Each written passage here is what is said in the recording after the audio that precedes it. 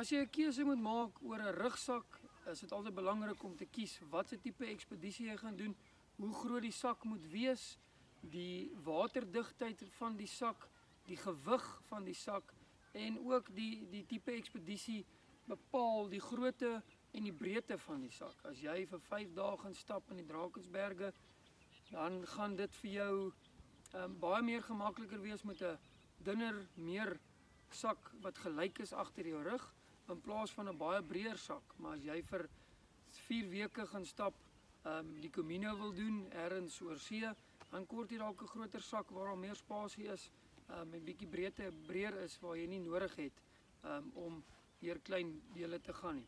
So kom ons kyk na 'n klomp verskillende sakke. Ons begin hier in die buitekant. Dis 'n bietjie 'n ouer model hierdie. Hierdie is 'n buiteraam sak. So mense sal sien aan die buitekant, die raam sit aan die buitekant. Hy's nie ingebou nie en die sak hang net eintlik aan die buiteraam. Nou dit is 'n bietjie meer, soos ek genoem het, 'n ouer tipe model. Dit is tegnologie het baie meer bevorderd. Hierdie raam is bietjie heelwat swaarder as jou gemiddelde moderne sak. Hy is ook bietjie meer lomp. Hy gooi jou van balans af as jy op jou rug sit en die goedjies buite, die straps en so aan breek nogal makliker omdat alles buite sit. En as ons kyk na hierdie sak, dit is albei die sakke is bietjie meer modern. Hierdie sak is Nature Hike se 70 liter. Mens sal sommer van die oog af sien, alles is binne ingebou. Hier sit sy ondersteuningsraamwerk, is binne ingebou met die buiteraam, is dit alles buite. So alles hak en breek, waar hierdie baie meer stabiel is. Mens sal sien hier is ook baie meer kussing ingebou vir gemak en vir die gemaklikheidsgraad daarvan. En as ons hom op die rug sit, kan mens sommer voel, dis baie meer gemakliker.